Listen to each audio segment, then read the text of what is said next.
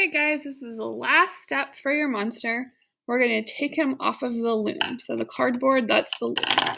So what you want to do is get as close as you can to the edges, and we're just going to snip the white strings, the warp strings.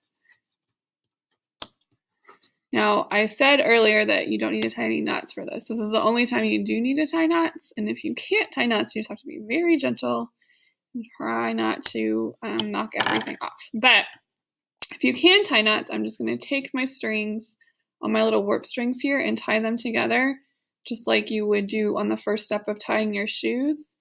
So I'm just going to cross the strings over and then have one end go through the middle and then pull. And then I'm going to do that for these two strings. So cross them over, have the top string go through the middle, pull it tight, reverse it. So I do 2 knots on each set of strings. And then after you tie your knots, you could go snip the strings. But I'm going to finish doing this so you could see all of the steps. So I'm going to go cross them over, have the top string go through the middle, cross my strings over, have the top string go through the middle, pull it tight. One last set.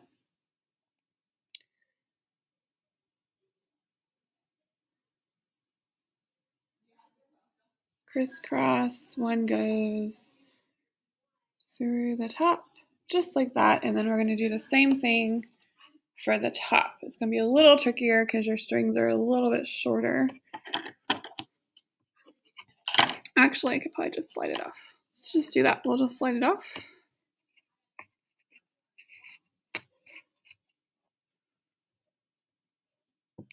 Ooh.